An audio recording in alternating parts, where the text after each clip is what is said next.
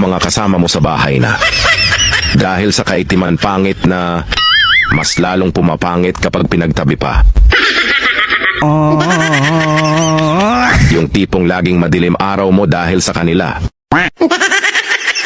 Ito yung phone mo na umuusok na kasi marunong din uminit ang ulo.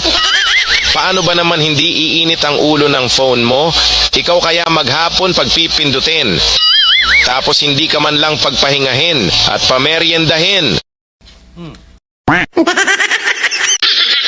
Pero ito naman yung isa na, hindi mareklamo. Wow naman! Kahit hampasin mo ng tubo, ayan durog-durog na lumalaban pa rin para sa'yo. Baka nga mas tatagal to kaysa sa love life mo.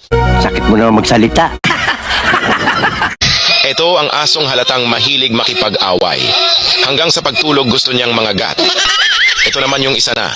Bago matulog, mayroon na siyang kinagat. Yan kasi ang pampatulog niya. Ito namang isa. Ang pampatulog niya ay bola-bola. Sarap hampasin ng baseball. Aray sakit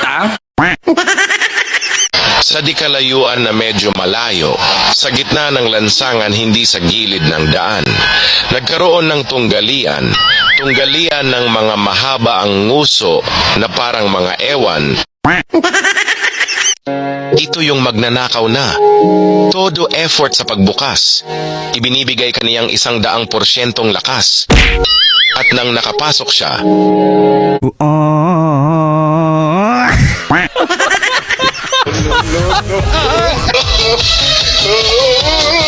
ganito dapat sasakyan mo. At least may kotse ka na, para ka pang may kabayo. Wow naman! At ito ang pinaka-praktikal para hindi ka antukin at makatulog sa biyahe. Yung tipong parang laging hawak mo ang beat kahit wala namang tugtog.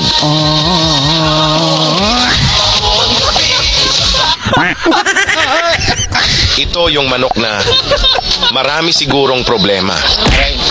Hindi niya na siguro nakakaya. Tandaan mo, manok ka, hindi ka tao para masyadong damdamin ng mga problema. Ano yan? Nawawalan ka na ba ng pag-asa? At gusto mo nang maging tenola?